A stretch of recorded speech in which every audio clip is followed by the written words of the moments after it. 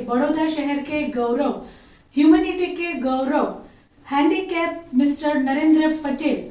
और हैंडीकैप ये फिजिकली है, हैंडीकैप कहना एक मुझे तो बहुत ही बुरा लग रहा है, क्योंकि इन्होंने इतनी सारी पोस्ट अचीव की है।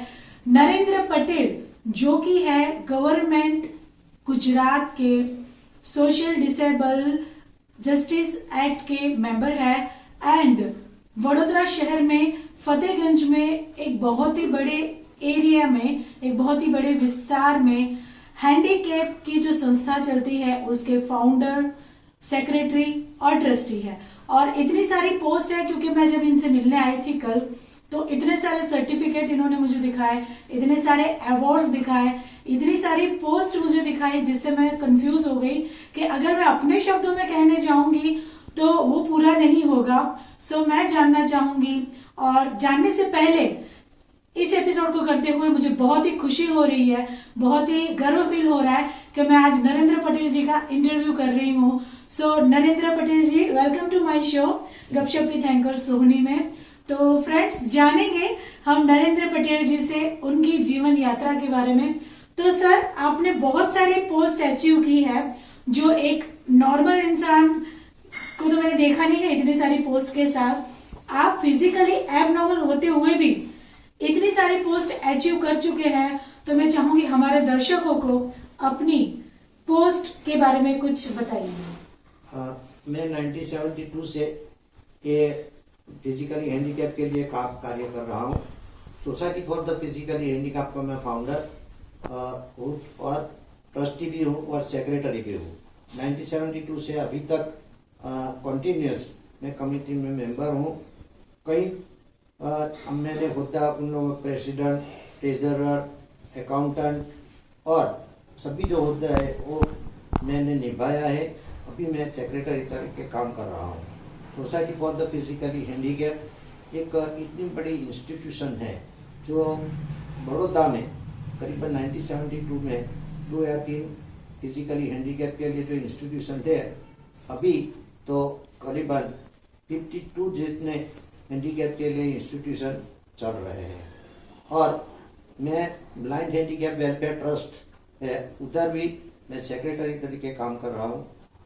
डिसेबल एक्ट की जो यहाँ इंस्टीट्यूशन है, उनका एक कमेटी है, world disable day celebration committee करके, वो 1972 से चल रहे हैं। तो उधर भी मैं उसमें 1972 से एक्टिव हूँ और करीबन 25 ईयर से मैं सेक्रेटरीशिप निभा रहा हूँ। दूसरी जगह मैं यहाँ सनमित्रा क्रीड़ा मंडल माजलपुर में नॉर्मल वीक के लिए चला रहे, उसमें भी मैं सेक्रेटरी था। यहाँ जनकपुरी सोसाइटी में मैं 15 साल से, यहाँ 10 साल प्रेसिडेंट रहा और भी 10 साल से मैं सेक्रेटरीशिप निभा रहा हूँ। तो जनकपुरी सोसाइटी का मैं यहाँ काम कर रहा हूँ। और गवर्नमेंट में इस साल गवर्नमेंट ऑफ गुजरात में social justice and empowerment department द्वारा मेरे को यहाँ डिसेबल जो एक्ट है, पर्सन विद डिसेबिलिटी एक्ट 2016, उसके लिए उसके क्लॉज है, तो उसमें मेरे को एडवाइजरी बोर्ड बड़ौदा में से मेरे को वहाँ निमणूक हुई है मेरी। और मेरे को ये चांस मिला है कि गुजरात के सभी फिजिकली हैंडीकैप के लिए मैं अच्छी तरह से काम कर सकूं। मैंने कॉर्पोरेशन में भी मेरी 34 ईयर्स मैंने सर्विस बजाई है, जहां मेरे को अवार्ड भी मिला है।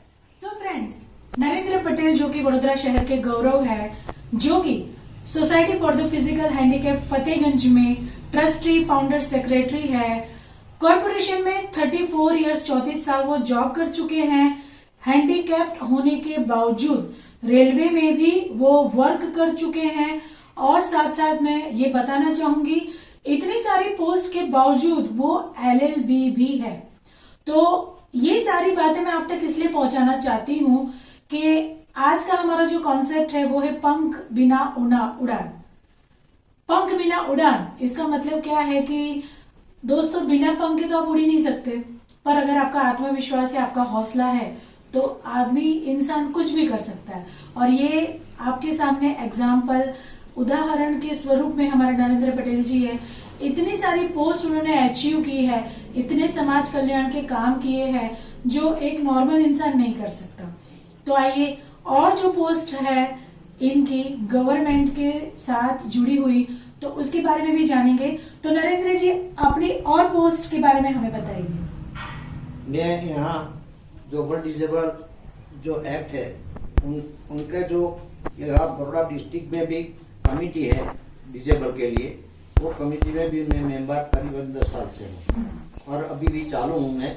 और दूसरी बात, world disable day celebration committee में मैं करीबन 15 साल से काम कर रहा हूँ। वो जो कमेटी है वो बड़ौदा की 52 इंस्टीट्यूशन की कॉमन कमेटी है। वो हर साल हम 3 मार्च को जो ये वर्ल्ड डिसेबल डे मनाते हैं, तो उसमें क्या कि 15-20 दिन का एक पीरियड जो डिसेबल के लिए सब जो एक्टिविटी हम करते हैं, क्या कि खेल महाकुंभ करते हैं और एंटरटेनमेंट प्रोग्राम करते हैं और रैली द्वारा हम पब्लिक को बताते हैं कि जो हैंडीकैप है वो आप जो एक ही आपके साथ चलने वाला एक अंग है, उनको भी समान तक है और वो भी आपका जैसा ही काम कर सकता है, जो उनको अपॉर्चुनिटी देते हैं। JWCC कमेटी है, उसमें भी मैंने सही सेवा बजाई है। वहाँ जो विकलांगों के लिए जो डिफिकल्ट जो रेलवे में होती है वही मैंने बताया था। बानों की कंपार्टमेंट में है, प्लेटफॉर्म में है, स्टेशन में भी है। जो यहाँ बड़ौदा स्टेशन में अभी लिफ्ट की जो सुविधा हुई है, उसके लिए मैंने 2-3 बार बोर्ड में भी प्रश्न उठाए थे और इसी तरह से मैं कह सकता हूँ कि मैं एक प्रश्न रजू करने के बाद ये सब हुआ है। वहाँ रैम्प भी अभी हो गया है और 6 नंबर के जो प्लेटफॉर्म है वहाँ आराम से अपन रैम्प से जा सकते हैं। इस तरह से रेलवे बोर्ड में भी मैंने काम किया है। तो फ्रेंड्स, नरेंद्र पटेल जी का कहना यह है कि विकलांगों को, हैंडीकैप्ड को, जो भी हमारे विकलांग दोस्त है, उनको दया नहीं सम्मान चाहिए, मेहनत चाहिए। तो आप उन्हें काम दीजिए, वो भी एक नॉर्मल इंसान की तरह काम करके दिखा सकते हैं। तो दोस्तों, हमारे नरेंद्र पटेल LLB है, फाउंडर है, सेक्रेटरी है, रेलवे में सेवा दे चुके, कॉरपोरेशन में 34 इयर्स जॉब कर चुके। माय गॉड, बहुत सारी प्रोफाइल है बड़ी उनकी। तो इतना ही बड़े महानुभव की जो जीवन यात्रा है, जो लाइफ है, हैंडीकैप होने के साथ साथ, विकलांग होने के साथ साथ इजी तो नहीं होगी। तो दोस्तों, आइए थोड़ी झांकी करते हैं, थोड़ा सा झांकते हैं उनकी पर्सनल फैमिली लाइफ की ओर। कब उन्होंने बचपन में क्या क्या चीजें फेस की, क्या क्या मुश्किलों का सामना किया और इस तरह से उन्होंने दूसरे विकलांगों के लिए आज एक दृष्टांत रखा है समाज के सामने। अब मैं जानना चाहूंगी नरेंद्र पटेल जी से उनकी लाइफ के बारे में। सर, मैं जानना चाहूंगी कि ये जो पोलियो आपके पैरों में हुआ है, तो वो पूरा आप मुझे हिस्ट्री बताइए। आपकी हिस्ट्री के बारे में मैं जानना चाहूंगी। मेरा जो बर्थ हुआ नॉर्मल, मैं बेबी से मेरा बर्थ हुआ था और करीबन मेरे ख्याल से 1 ईयर के बाद जो पोलियो का उस वक्त वायरल था, तो उसमें ही मेरे को पोलियो हो गया था। उसी वक्त एक गांव का मैं चिल्ड्रन था, ऐसी सब मेडिकल सुविधाएं नज़दीक में नहीं मिल रही थी, तो हमने ऐसे घर पे जो कुछ हुआ वो किया। फिर 5-6 साल के बाद मेरे पापा मुझे बॉम्बे ले गए और बॉम्बे हर मंथ में मेरे को वहाँ ले जाते थे, कातरक डॉक्टर की जो हॉस्पिटल है वहाँ, और उधर मेरे को ट्रेनिंग भी दिलाई, मगर फिर भी मैं पोलियो से मुक्त नहीं हुआ। मैंने जो एजुकेशन लिया है वो 4 दूरण तक तो मैंने वहाँ गांव में घर बैठे मैंने अभ्यास किया है, क्योंकि मेरे को स्कूल में जाना पड़ता था तो मैं नहीं जा सकता था। फिर 7th स्टैंडर्ड तक मैं गांव में पढ़ा और उसके बाद मैं करजन जो तालुका लेवल की जो स्कूल है वहाँ मेरे को जाना पड़ा। फिर मैं वहाँ से एसएससी बोर्ड की एग्ज़ाम दे के मैं पास हुआ और विद्यानगर मेरे को जाना था। तो मैंने साइंस में एडमिशन ले लिया। साइंस में एडमिशन तो ले लिया, मगर वहाँ प्रॉब्लम मेरा हो गया प्रैक्टिकल में। तो मेरे को प्रिंसिपल ने बोला कि भाई अभी तो तू तेरे को स्ट्रेंथ करनी पड़ेगी। मैंने बोला साहब अभी मेरे को कौन एडमिशन देगा। तो फिर उन्होंने मेरे को कॉमर्स में एडमिशन दिलाया। वहाँ 1 साल में विद्यानगर रहा। फिर उसके बाद मैं यहाँ बड़ौदा में ट्रांसफ़र हुआ और यहाँ कॉमर्स फैकल्टी में मैं बीकॉम हुआ। वहाँ DN हॉल में मैं रहता था और वहाँ मैं प्रचिश से जाता था। सो फ्रेंड्स, जब ये गांव में थे तो उनके जो घर के जो नौकर थे, केयरटेकर थे, वो उनको स्कूल ले जाते थे, लाते थे। फिर करजन में भी उन्होंने काफी स्ट्रगल किया और उन्होंने कल मुझे बताया कि वो जब वडोदरा में पढ़ने के लिए आए तो वो बस तक, कभी बस आती थी नहीं आती थी, तो काफी किलोमीटर्स वो चल के, घोड़ी लेकर चल के जाते थे। उनमें एक धगस थी कि मुझे पढ़ना है, मुझे अभ्यास करना है। उन्होंने ये विकलांगता को अपनी कमजोरी नहीं बनाया, उन्होंने अपने आप को बहुत पावरफुल बनाया कि मुझे कुछ भी हो, मेरे माँ बाप अगर मेरे लिए इतना कर रहे हैं तो मुझे भी अभ्यास करके कुछ करके दिखाना है। अच्छा दोस्तों, इन्होंने जैसे तैसे करके ग्रेजुएशन तो पूरा किया, लेकिन इसके बाद ही असली विडंबना, असली जो युद्ध बोलते हैं खुद के साथ, वो तो अब शुरू हुआ, क्योंकि अब उनको जॉब करनी थी, अब उनको काम करना था। उन्होंने सोचा कि मेरे माँ बाप ने मेरे लिए बहुत कुछ किया है, अब मेरी बारी है कि मैं अपने माँ बाप के लिए कुछ करूं। तो क्या एक विकलांग को इजी जॉब मिल जाती है? नहीं मिलती। तो उन्होंने जॉब लेने के लिए काफी स्ट्रगल किया। तो नरेंद्र जी, वो स्ट्रगल क्या था?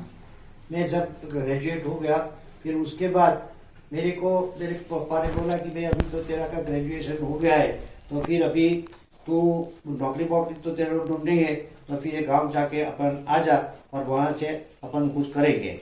मगर मैंने ऐसे सोचा कि मैं गाँव जाऊँगा तो मैं नौकरी नहीं ढूंढ सकूँगा, इसलिए मैंने नेक्स्ट कोर्स ज्वाइन किया यहाँ रहते ही, कि LLB का कोर्स ज्वाइन किया। और LLB के करते करते मैं फिर नौकरी के लिए मैं ट्राई कर रहा था। 6 मंथ तक मैंने एम्प्लॉयमेंट एक्सचेंज ऑफिस में धक्का खाया है और उसके बाद मेरे को कहीं कॉरपोरेशन का इंटरव्यू आया था।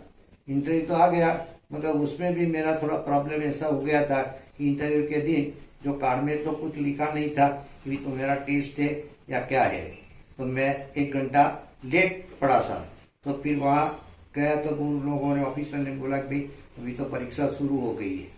मैंने बोला इस कार्ड में तो कुछ लिखा नहीं है, तो मैं क्या करूँ। तो उन लोगों ने बोला कि भाई तू देख ऐसा कर, अभी यहाँ बैठ के 5 सेंटेंस गांधी जी का और 5 सेंटेंस शास्त्री जी का लिख दे। फिर वहाँ से मेरे को कमिश्नर के पास ले गए। कमिश्नर ने ऐसा बोला कि भाई नरेंद्र भाई तू ग्रेजुएट हो गया, तो यहाँ नौकरी नहीं करेगा। मैंने बोला साहब जब मेरे को नौकरी दूसरी जगह मिलेगी तो मैं चला जाऊँगा, अभी तो मेरे को नौकरी यहाँ ही करनी है। फिर वहाँ मैंने 1971 में ये मेरी जॉब ज्वाइन कर दी। फिर वहाँ हॉस्टल में रहते रहते ही मैंने जॉब शुरू किया था। फिर उसके बाद 72 में मैं अपना रेंट पे घर लेके यहाँ बड़ौदा में रहा। मगर जब मैं LLB कर रहा था उस वक्त ही मैंने ऐसा सोचा कि भाई अभी जो मैं इतना ग्रेजुएट हो गया, फिर भी मेरे को जो प्रॉब्लम है जॉब की, तो दूसरे जो हैंडीकैप है वो लोग क्या करेंगे। तो हम 2-3 हैंडीकैप इकट्ठे हुए और वहाँ से ही हमें ये फिजिकली हैंडीकैप के लिए कुछ करने का सोचे और वहाँ हमने एक इंस्टीट्यूशन की स्थापना करने का भी हमने इंटरेस्ट लिया। तो और उसी वक्त 1972 में 1 अगस्त को society for the physically handicap का हमने रजिस्ट्रेशन करवाया। 10 साल तक वो फिजिकली हैंडीकैप सोसाइटी तो फुटपाथ पे हमने चलाई। फिर 10 साल तक हमने जो एक्टिविटी की, उसके बाद हमने कमिश्नर साहब के पास एक फाइल रखी। तो उस वक्त कॉरपोरेशन में कोई जगह मिली नहीं थी। ये उसका भी एक इंटरेस्ट ऐसा है कि जायसवाल साहब थे, जायसवाल साहब ने हमको एक जगह दिलाने में बहुत ही इंटरेस्ट लिया। सो फ्रेंड्स, कॉरपोरेशन की जो जॉब करते थे नरेंद्र पटेल, वो उनका कैश पहुंचाने का काम था।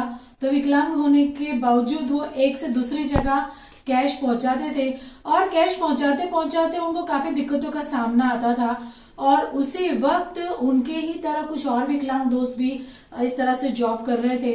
तो रोज बात करते करते उन सबको ऐसा लगा कि आज पढ़ाई में, अभ्यास में, जॉब में, लाइफ सर्वाइव करने में विकलांगों को कितनी तकलीफ आती है। तो यहां से ही शुरुआत हुई, उदय हुआ नरेंद्र पटेल और the society for the physical handicapped, ये संस्था का। तो दोस्तों, इसके बारे में भी एक बहुत प्यारी हिस्ट्री है, ये हम जानेंगे आगे के कॉन्सेप्ट में। लेकिन अब की बार आप सभी को एक क्वेश्चन होगा, आप सभी के दिल में एक सवाल होगा कि नरेंद्र जी इतने हैप्पी लग रहे हैं। जब मैं नरेंद्र जी से मिलने आई थी तो मुझे ऐसा लगा था बड़ा बंगलो होगा, बहुत सारी गाड़ियां होंगी, but he is living very simple life. बहुत सिंपल, सादगी भरी लाइफ को ये जीते हैं। और इनके हैप्पी होने का राज है, आप इनको देखकर गैस तो शायद कर ही सकते हैं और मुझे बताते हुए खुशी हो रही है। आज ये जो है उस मुकाम पे, सही दोस्तों ने कहा है कि एक कामयाब आदमी के पीछे एक औरत का हाथ होता है और वो औरत कोई नहीं, इनके धर्मपत्नी, इनके अर्धांगिनी है। तो आइए दोस्तों, अब हम एक मीठी सी उनकी लाइफ के बारे में जानेंगे कि कैसे उनकी शादी हुई, उनकी धर्मपत्नी के बारे में हम कुछ जानना चाहेंगे, कैसे उनका एक शादीशुदा लाइफ का विकलांग होते हुए कैसे सफर रहा, उनके धर्मपत्नी, उनके 2 बेटे हैं, 2 बेटे के भी बच्चे हैं, एक सक्सेसफुल फैमिली लाइफ है उनका। तो सर, आप अपनी शादीशुदा लाइफ के बारे में, आप अपनी फैमिली के बारे में कुछ बताइए। 1973 में मेरी शादी हो गई, मगर वो ऐसा नहीं है कि ऐसे ही हो गई। इसके लिए भी बहुत स्ट्रगल हमको हुई है और भगवान की दुआ से अच्छी तरह से वो शादी हो गई। और वो जो मेरी वाइफ थी वो भी फिजिकली हैंडीकैप हाथ से थी, मगर वो उसका विल पावर इतना पावरफुल था कि आप बोलो कि 50 आदमी का खाना बनाना है तो भी वो अपने हाथ से बना देती थी। और मेरे साथ जॉब किया, 2 लड़के को उन लोगों ने पाला, मेरे साथ मेरे भाई बहन भी दूसरे रहते थे। और उसके साथ हमने, मेरे भाई के जो 3 लड़कियां थी, 1 लड़का था, उन लोगों को भी अभ्यास के लिए हमने ये व्यवस्था कर दी। और इस तरह से फैमिली हम एंजॉय कर रहे थे। और मेरे ख्याल से 44 इयर्स मेरी जो लाइफ है, मैरिड लाइफ, उसमें कभी भी हमको कोई दिक्कत नहीं आई और अच्छी तरह से हमने मैरिड लाइफ पास की। अभी तो वो है नहीं, उसका स्वर्गवास हो गया, मगर उन्होंने भी 34 इयर्स कॉरपोरेशन में जॉब करने के बाद गायत्री परिवार का बहुत अच्छा काम किया और अभी भी वो लोग सब याद कर रहे हैं। इनकी धर्मपत्नी जो रेखा जी है, उनके बारे में मैं बता दूं, शायद आप लोगों को लगता होगा कि वो नॉर्मल होंगे, बट वो नॉर्मल नहीं थे। जैसे नरेंद्र पटेल जी पैरों से विकलांग है, वैसे रेखा जी हाथों से विकलांग थे। उनको शॉर्ट हैंड की प्रॉब्लम थी। अब उन्होंने अपने पति का इतना साथ दिया है, ये एक एग्जाम्पल है। हमारे नॉर्मल कपल झगड़ा करते रहते हैं, आज एबनॉर्मल दंपति होने के बावजूद उन्होंने बच्चों को बड़ा किया। रेखा जी ने नरेंद्र जी के भाई बहनों को पढ़ाया लिखाया, उसमें सपोर्ट किया। तो मैं उसके बारे में जानना चाहूंगी, रेखा जी के त्याग और तप के बारे में बताइए। रेखा जी ने ऐसे तो जीवन में बहुत त्याग किया है, क्योंकि जब मैरिज करके हम यहाँ रहने के लिए आए तो उस वक्त सारे कुटुंब का भार उनके ऊपर था। और यहाँ जो मेहमान आते थे, क्योंकि उस वक्त ऐसा था कि भाई गांव से किसी को भी हॉस्पिटल में ट्रीटमेंट लेने की है तो वो लोग आते थे। और मेरे फादर का ऐसा स्वभाव था कि जो कुछ आएगा उसके लिए यहाँ रहने का, खाने का सब अरेंजमेंट हमको करनी पड़ती थी। उस वक्त वो अकेले ही थी। और कभी कभी ऑफिस समय हो जाता था, फिर भी सुबह में 8 बजे वो खाना पीना बना के फिर ऑफिस हम जाते थे। शाम को 6 बजे आके वो खाना बनाती थी। और कई बार तो ऐसा होता था कि हॉस्पिटल में हमको टिफिन भी देना पड़ता था, तो वो भी टिफिन देने के लिए जाती थी। और मैंने सुना है कि बच्चों को पड़ोसी के पास छोड़ के वो जॉब करने जाते थे। तो बच्चे लोग के उस वक्त स्कूल सुबह में थी, तो क्या वे बच्चे लोग को बाजू में रख के हम जाते थे। और फिर दोपहर को आ जाती थी वो रिसेस में, और उसको नाश्ता वास्ता करके थोड़ा रख देती। इस तरह 2-3 साल ऐसे दूसरे के वहाँ हम मेरे लड़के रहते थे। तो कहीं उन्होंने उसको स्टडी में भी बहुत तकलीफ हुई थी, क्योंकि वो मेरे ख्याल से जो हमारे समाज में first graduate and second graduate जो लेडीज है वो है, जो हमारे समाज में है, वो उनका भी मैं क्रेडिट लेता हूँ। शी इज MA ऑनर्स, जो अच्छी सोशियोलॉजी में MA ऑनर्स थी। नाइस। तो फ्रेंड्स, मैं कहना चाहूंगी कि नरेंद्र पटेल जी के पास क्या नहीं है। नॉर्मल इंसान रोते रहते हैं कि मेरे पास ये नहीं है, मेरे पास वो नहीं है।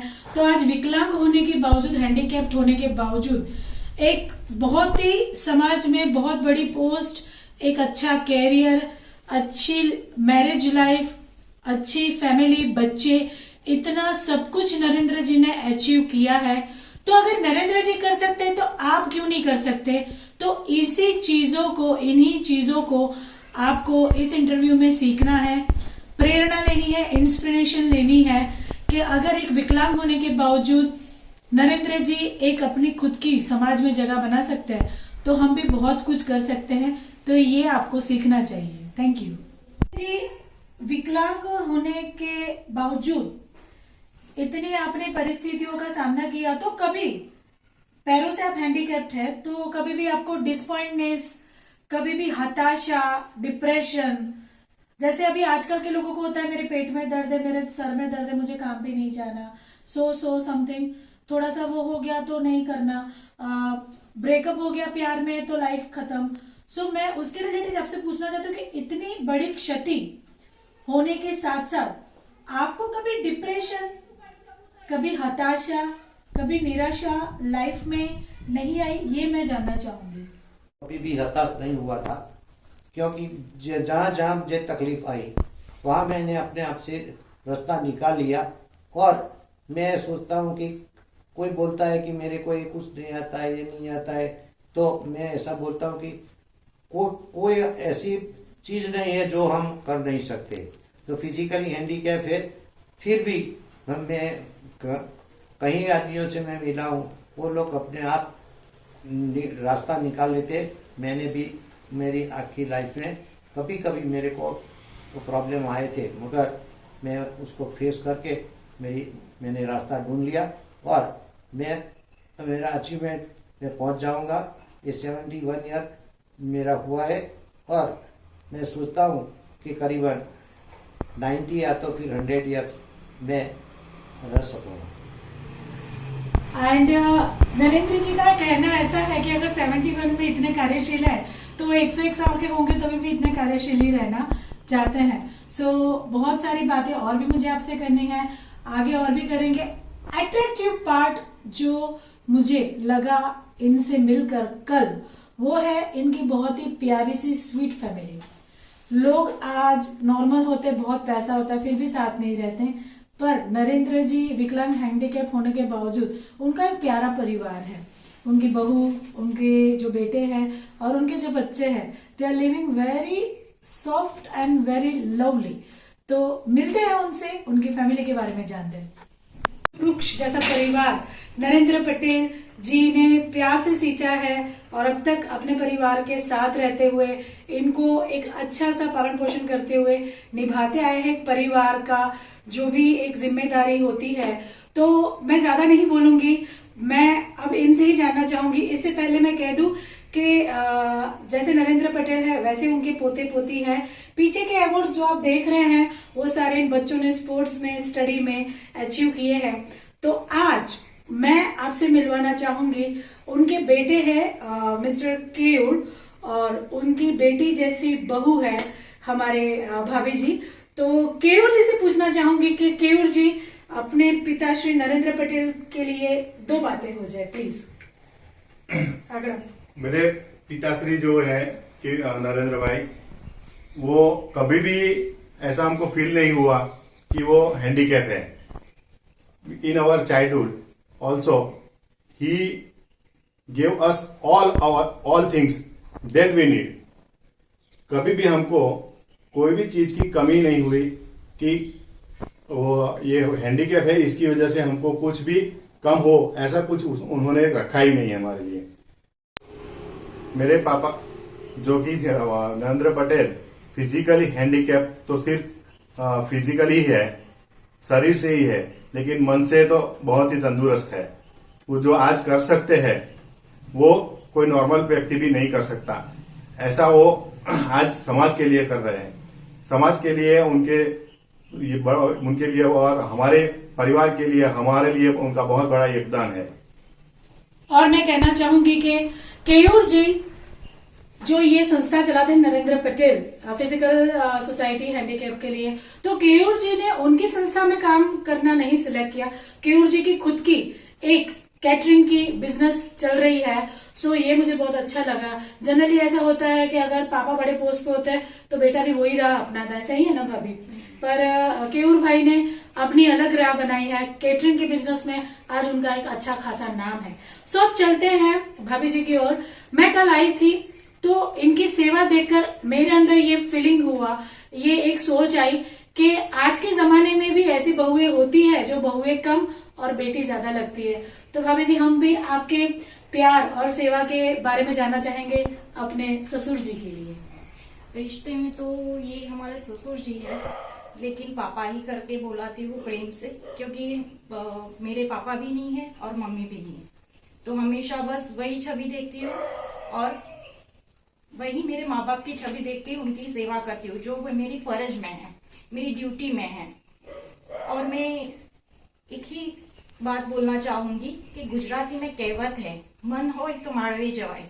बस सेम वे पापा जी भी वही करते हैं और मैं भी वही करती हूँ। Thank you. तो दोस्तों भाभी जो है, हमारा पूरा परिवार है, वो अपनी जिम्मेदारी, अपना फर्ज सिर्फ फर्ज समझ के नहीं निभा रहे, प्यार से निभा रहे। और प्यार से की हुई चीज आपकी जिंदगी को बहुत आसान कर देती है। तो बच्चों, आपने क्या सोचा है? आप आगे क्या बनना चाहते हो, कैसे बनना चाहते हो? दादाजी तो बहुत अच्छे से उन्होंने अपनी लाइफ जी ली। अब हमें भी उनकी तरह सक्सेसफुल बनना है, हमें भी समाज के लिए कुछ करना है। सो देखा आपने, ये होता है एक एहसास, एक कॉन्फिडेंस, एक विल पावर। गुजराती में कहिए कि जड़ मजबूत होए तो फल आपोआप सारा आवाना अच्छे। सही है। तो भाई आप लोग भी प्रेरणा लीजिए। आपको प्रेरणा सिर्फ शारीरिक क्षमता, कॉन्फिडेंस, विल पावर की नहीं, फैमिली में जो एक बॉन्ड होती है, जो एक प्यार मोहब्बत होती है, वो भी आपको प्रेरणा लेनी है। तो हमारे शो के जरिए आप बहुत कुछ सीखे होंगे, यही हम आशा करते हैं। Thank you. जब से छोटे थे तब से आज तक हमको कभी ऐसा पापा ने फील नहीं करने दिया कि हम एक अपंग व्यक्ति के संतान हैं। हम जब भी कभी भी स्टडी के अंदर कुछ पिछड़ जाते या फिर स्टडी के अंदर कुछ फीस की ज़रूरत होती, दूसरे कोई कोर्स करने की ज़रूरत होती या फिर कोई एक्स्ट्रा करिकुलर एक्टिविटी के लिए भी हमको कभी प्रोत्साहन या पैसे की ज़रूरत होती, तो पापा ने कभी हमको ऐसा नहीं कहा कि मेरे से नहीं हो पाएगा, बल्कि उन्होंने हमेशा हमको मोटिवेट ही किया है। इतना ही नहीं, स्टडी के अलावा भी जीवन में कभी भी हमको कुछ भी परेशानी हो तो हमको उन्हीं से ही बल मिलता है। और इतने सालों से आज मैं बड़ौदा के अंदर एक डॉक्टर की प्रैक्टिस कर रहा हूँ। उनका संपूर्ण श्रेय मेरे दिवंगत माताजी और मेरे पिताजी नरेंद्र भाई पटेल को ही जाता है। नरेंद्र पटेल जी अपनी रैली में दिव्यांग महानुभावों, विकलांग महानुभावों के साथ एक स्लोगन बोलते हैं प्रोत्साहित करने वाला। तो वो स्लोगन क्या है, हम सुनेंगे नरेंद्र पटेल जी से। मित्रों, चलो हम सब साथ मिलके विकलांग व्यक्तियों के विकास करेंगे। पंगुता ये दोष नहीं है, यही हमारा नारा है। पंगुता ये दोष नहीं है, यही हमारा नारा है। दिव्यांग व्यक्तियों के दया नहीं तक चाहिए, वो तक कौन देगा? समाज देगा, समाज देगा। क्या बात है, बहुत अच्छी बात है कि विकलांगता एक दोष नहीं है। विकलांगों को दया नहीं, मान चाहिए, सम्मान चाहिए और तक चाहिए। और ये काम, ये जो है, ये समाज का काम है। और आइए हम सभी मिलकर एक प्रण लेते हैं कि हमें कहीं भी एक दिव्यांग या विकलांग दिखे तो हम अपनी यथाशक्ति के मुताबिक उन्हें तक देने की कोशिश करें, उन्हें सम्मान देने की कोशिश करें। And thank you so much Narendra ji, thank you. आपकी बातें सुनकर आज एक बहुत ही मनोबल, एक प्रोत्साहन मिला है। सो आप सभी भी इस शो से बहुत सारी प्रेरणा ले सकते हैं। सो देखते रहिए Gupshup with anchor Sohni. So friends, आज का हमारा एपिसोड है पंख बिना उड़ान। सो आप सोचते हो कि पंख बिना उड़ान कैसे होती है, तो अगर आपको ये जानना है, देखना है, तो आज मैं यहाँ पर हूँ। आप जैसे कि देख रहे हैं, society for the physical handicapped. So दोस्तों, ये जो फिजिकल हैंडीकैप्ड हमारा जो दोस्त है, वो एक नॉर्मल इंसान से भी ज्यादा काम कर सकते हैं, अचीवमेंट ले सकते हैं। तो उनमें से एक वडोदरा के गौरव मिस्टर नरेंद्र पटेल, जिनकी काफी सारे पोस्ट हम बायोग्राफी में डिस्कस करने वाले हैं, तो आज हम उनसे मिलने जा रहे हैं। तो आप तैयार हैं मेरे साथ मिलने के लिए? So welcome to my show Gupshup with anchor.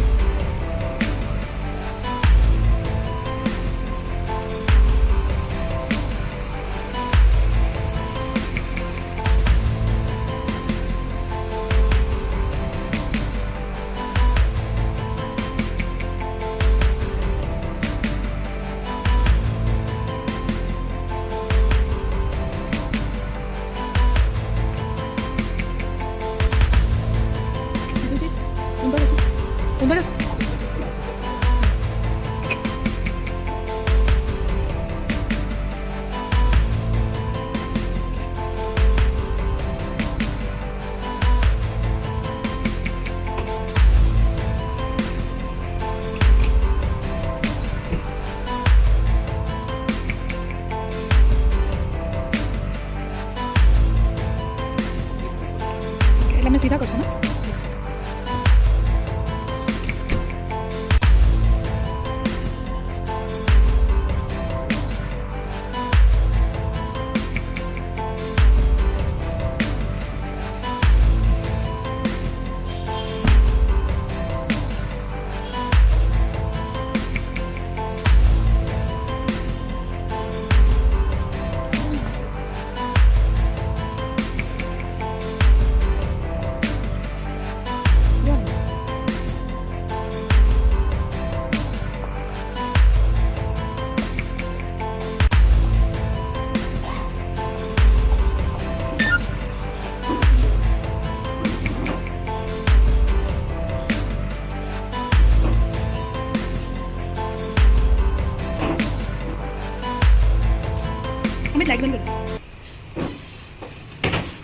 So friends, अभी आज हम हैं society for the physical handicap Fatehganj Vadodara शहर में, और मेरे साथ है national award winner government of Gujarat disable justice act के मेंबर, जो अभी हाल में इनको ये पदवी मिली है। वैसे हमारे वडोदरा शहर के गौरव, ह्यूमैनिटी के गौरव मिस्टर नरेंद्र पटेल। तो नरेंद्र जी के साथ हमने एक बायोग्राफी उनके घर पे बहुत प्यारी सी शूट की है, पर साथ साथ ये उनकी कर्म भूमि है society for the physical handicap. ये 45 सालों से 45 इयर्स से नरेंद्र पटेल जी चला रहे हैं। तो मैं नरेंद्र पटेल जी से पूछना चाहूंगी कि नरेंद्र पटेल जी, सोसाइटी फॉर द हैंडीकैप में क्या क्या कार्य होते हैं, दिव्यांग विकलांगों के वेलफेयर के लिए आप यहाँ पे क्या क्या ऑर्गेनाइज करते हैं? Society for the physically handicap में जो ऑर्थोपेडिक हैंडीकैप है उन लोगों के लिए हम कार्य करते हैं, बड़ौदा और बड़ौदा डिस्ट्रिक्ट के दिव्यांग व्यक्तियों के लिए। यहाँ sports, entertainment program, Navratri garba और हिंदू के जो अपने जो त्यौहार होते हैं वो भी हम यहाँ मनाते हैं। क्रिश्चियनों के भी त्यौहार हम मनाते हैं। तो सब लोगों को हम जो जो तकलीफ होती है, ऐसा हम कहते हैं कि विकलांगों के लिए हम जो भी प्रॉब्लम है वो सॉल्व करने का प्रयत्न कर रहे हैं। उन लोगों को और उन लोगों के लड़के लोग को भी हम बुक्स देते हैं, नोट बुक्स देते हैं, स्कूल में जाने के लिए उन लोगों को फीस देते हैं। और यहाँ ट्राइसिकल, व्हीलचेयर और सेल्फ एम्प्लॉयमेंट के लिए भी ट्रेनिंग हम उनको देते हैं। और सेल्फ एम्प्लॉयमेंट का जो बिजनेस करते हैं उन लोगों को भी हम साधन सहायता यहाँ से प्रोवाइड करते हैं। ऐसे अच्छा नरेंद्र जी, मैंने सुना है और मैंने देखा भी है कि काफी कॉलेजेस के इवेंट यहाँ पे ऑर्गेनाइज तो होते ही है, पर साथ साथ में मैंने देखा है कि काफी सारी स्पोर्ट्स एक्टिविटी जो आप यहाँ पे करवाते हैं। आपने बीच में मैराथन वगैरह भी यहाँ पे करवाई थी, तो वो स्पोर्ट्स एक्टिविटी यहाँ पे फिजिकल सोसाइटी में वो स्पोर्ट्स एक्टिविटी क्या क्या होती है? यहाँ एथलेटिक्स स्पोर्ट्स यहाँ ज़्यादातर होती है। ऐसे तो एथलेटिक स्पोर्ट्स भी करते हैं, व्हीलचेयर क्रिकेट टूर्नामेंट भी करते हैं, लेडीज क्रिकेट टूर्नामेंट भी, मेरी क्रिकेट टीम भी है। वो लोग भी यहाँ से स्टेट लेवल पे भी प्राइज लेके आए हैं। ऐसे खेल महाकुंभ का जो प्रोग्राम जो गुजरात गवर्नमेंट का चल रहा है उसमें OH ग्रुप का जो है वो बड़ौदा में मेरे पास है।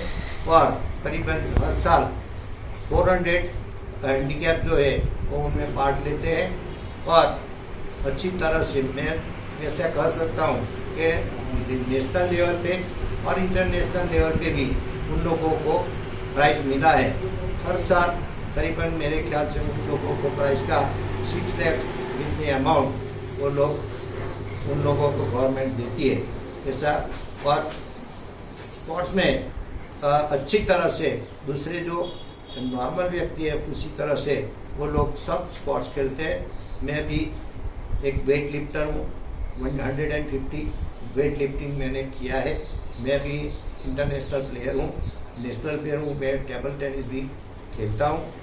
इस तरह से व्हीलचेयर में भी टेबल टेनिस किस तरह से खेला जाता है वो भी एक देखने लायक। एपिसोड पंख बिना उड़ान विकलांग और दिव्यांगों के लिए खास तौर से मैंने बनाया था। तो ये physical society for the handicap, इसमें बहुत सारे प्रोग्राम होते हैं और काफ़ी सारे इनके लिए कार्य होते हैं, इनको रोजगार मिले। और अभी लेटेस्ट में हमारे जो रंजन त्रिवेदी जी मैम है, उन्होंने भी विकलांगों को चेयर भी अभी डोनेट की थी सरकार की तरफ से। तो दोस्तों ऐसे काफ़ी सारे इम्प्रूवमेंट, तो हमें घरों में नहीं बैठे रहना है, हमें ऐसी किसी संस्था का एक भाग बनना है। तो आप घरों में मत बैठे रहिए, ऐसी संस्था से। नरेंद्र पटेल जो ऐसे कहे कि आधा शरीर उनका बिल्कुल काम नहीं करता, पर उन्होंने इतने काम किए हैं जिसकी कोई लिमिट नहीं है। तो अगर वो कर सकते हैं तो आप क्यों नहीं। तो आज काफी सारे हम इसके इम्प्रूवमेंट देखते रहेंगे और बहुत ऊंचाइयों पे जाने वाला है इनका ये योगदान। तो एक छोटा सा सवाल आखिर में मैं नरेंद्र जी से पूछना चाहूंगी कि इतने अच्छे अच्छे काम दिव्यांगों के लिए, विकलांगों के लिए हो रहे हैं, तो अब आगे आपने फ्यूचर में क्या सोचा है, क्या सपना है आपका विकलांग और दिव्यांगों के लिए, ये physical society for the handicapped के लिए? फ्यूचर में मैं सोच रहा हूँ कि दिव्यांग व्यक्तियों के लिए एक हॉस्टल बन जाए जिसमें दिव्यांग व्यक्ति, लेडीज और दिव्यांग व्यक्ति जो जेंट्स है वो दोनों के लिए हॉस्टल की बड़ौदा में खास ज़रूरत है। क्योंकि अभी जो सिटी अपनी बन रही है स्मार्ट सिटी, तो गांव से कहीं हैंडीकैप यहाँ बिजनेस करने के लिए आएंगे तो वो कहाँ रहेंगे। ये तो मेरा एक सपना है कि एक ज़रूरत है। दूसरी बात, 2016 में जो डिसेबल एक्ट पास हुआ है वो एक्ट में जो जो सुविधा है तो सरकार से मैं निवेदन करता हूँ कि वो सुविधा सबको आप दिला दे, जिससे उनका जो लाइफ है वो सेटिस्फैक्टरी और आनंद से वो दूसरे आदमियों के तरह अच्छी तरह से वो रह सके। गवर्नमेंट ऑफ गुजरात ने मुझे डिसेबल एक्ट 2016 में एडवाइजरी बोर्ड में मेरी नियुक्ति की है। इसके लिए मैं दिव्यांगों का अच्छी तरह से काम करूंगा और मेरा जब तक श्वास रहेगा तब तक मैं उन लोगों की सेवा करूंगा, ऐसा मैं प्रॉमिस करता हूँ। क्या बात है, बहुत ही खूबसूरत। एंड धन्यवाद, आप सभी हमारा शो देख रहे हैं। तो भाई जैसे कि मैंने कहा था, एक्टर है, डांसर है, डायरेक्टर है, काफी सारी पोस्ट है नरेंद्र जी के अंदर। तो आखिर में आपके लिए सरप्राइज है मेरे पास। वो क्या है भाई, नरेंद्र पटेल एक गाना गाएंगे आपके लिए और वो गाना उन्होंने खुद बनाया है। तो सुनेंगे गाना हम एपिसोड के आखिर में। सो फ्रेंड्स, अभी हम हैं यहाँ पर society for the physical handicap के मेंबर्स और महानुभावों के साथ। नरेंद्र पटेल जी से तो आप मिल ही चुके हैं। ये है मिस्टर प्रवीण और ये है मिस्टर मोहन, और ये सब भी बहुत कुछ अचीव कर चुके हैं। नेशनल स्पोर्ट्स चैंपियंस है ये लोग, और काफी सारे ओहदे सामाजिक और कायदे से ये लोग निभाते हैं। और ये है दिलीप जी। तो मैं सबसे पहले मोहन जी जो मेरे साथ हैं यहाँ पर, उनसे पूछना चाहूंगी कि मोहन जी, अपने बारे में बताइए, स्पोर्ट्स से आप कैसे जुड़े हुए हैं? स्पोर्ट्स से मैं जब स्कूल में था तब से ही मैं जुड़ा हुआ हूँ, और जब ये सोसाइटी फिजिकली एस्टैब्लिश हुई तब से मैं सोसाइटी के बैनर के नीचे मैं स्पोर्ट्स खेलने जा रहा था। सो फ्रेंड्स, अभी हम हैं यहाँ पर society for the physical handicap के मेंबर्स और महानुभावों के साथ। नरेंद्र पटेल जी से तो आप मिल ही चुके हैं। ये है मिस्टर प्रवीण और ये है मिस्टर मोहन, और ये सब भी बहुत कुछ अचीव कर चुके हैं। नेशनल स्पोर्ट्स चैंपियंस है ये लोग, और काफी सारे ओहदे सामाजिक और कायदे से ये लोग निभाते हैं। और ये है दिलीप जी। तो मैं सबसे पहले मोहन जी जो मेरे साथ हैं यहाँ पर, उनसे पूछना चाहूंगी कि मोहन जी, अपने बारे में बताइए, स्पोर्ट्स से आप कैसे जुड़े हुए हैं? स्पोर्ट्स से मैं जब स्कूल में था तब से ही मैं जुड़ा हुआ हूँ, और जब ये सोसाइटी फिजिकली एस्टैब्लिश हुई तब से मैं सोसाइटी के बैनर के नीचे मैं स्पोर्ट्स खेलने जा रहा। मैं Mohan Patel, society for the physically handicap में ट्रस्टी हूँ और वाइस प्रेसिडेंट हूँ। मेरा नाम दिलीप मिस्त्री है। Society for the physically handicap में मैं 35 साल से सेवा दे रहा हूँ, और फिलहाल कमेटी में भी हूँ। मैं जॉइंट सेक्रेटरी ओहदे पे हूँ, और मेरा एक ही ध्येय है कि हमारे जैसे दिव्यांगों को हम कैसे एस्टैब्लिश करें, उसको धंधा रोजगार उनको क्या चाहिए, और जब भी मुझे कोई भी विकलांग कॉल करता है और उसको क्या चाहिए तो मैं तुरंत उनके लिए कुछ न कुछ व्यवस्था कर लेता हूँ। अभी साथ में प्रवीण सोलंकी जो नेशनल स्पोर्ट्स चैंपियन है और एक ऐसे एक्टिव मेंबर है जिनसे मिलने के बाद आप संस्था में जुड़ने के बाद रह ही नहीं सकते हो। तो प्रवीण जी, आप 2 शब्द में बताइए अपने बारे में। मैं Praveen Solanki, society for physically handicap Gujarat की एकमात्र ऐसी संस्था है जो विकलांगों के लिए, विकलांगों द्वारा और विकलांगों के लिए ही ये एनजीओ काम करती है। आज 48 ईयर से ये काम कर रही है, और विकलांगों, हजारों विकलांगों का अपना लाइफ एस्टेब्लिश करने में सबसे ज़्यादा जो कोई हिस्सा दे रही है तो सोसाइटी फॉर फिजिकली हैंडीकैप, जो गुजरात में पहली संस्था ऐसी है जो गुजरात के सारे विकलांगों के लिए हेल्पफुल होने में कभी पीछे हट करती नहीं। मुझे 15-20 साल हो गए यहाँ पर। और नरेंद्र भाई पटेल और उनकी एनजीओ की सारी टीम बड़ौदा और गुजरात के पूरे गुजरात के हजारों विकलांगों के लिए काम कर रहे हैं, और इनकी एक्टिविटीज और प्रोग्राम से हजारों विकलांगों का कुछ स्टेटस बना है। उनमें से एक मैं हूँ, जो आज नेशनल लेवल की एक संगठन में एक बड़े पद पर काम कर रहा हूँ, जिससे सोशल वर्क विकलांगों का विकास होने में बहुत सारी एनजीओ का हिस्सा है। नमस्कार, मेरा नाम है इलियास वारा। मैं नेशनल पैरा राइफल शूटर हूँ। मेरे इंडियन टीम में भी खेला हुआ है। तो नरेंद्र जी, इतने सालों से 45 ईयर्स से आप ये संस्था चला रहे हैं, तो इतने सारे लोगों को साथ में लेकर काम करना आसान नहीं है, तो इसके बारे में आप 2 शब्द बताइए।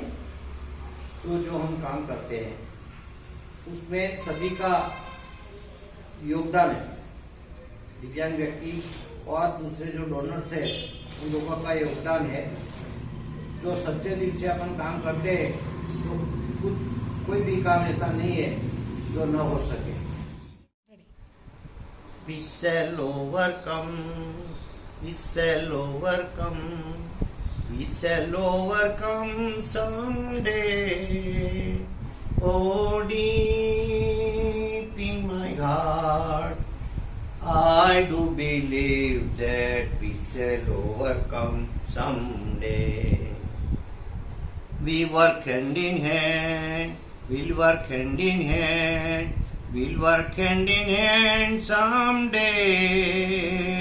Oh, deep in my heart, I do believe that we shall overcome someday. We are not alone, we are not alone, we are not alone somewhere. Oh, deep in my heart, I do believe that we shall overcome someday. The whole wide world around, whole world around, whole wide world around someday.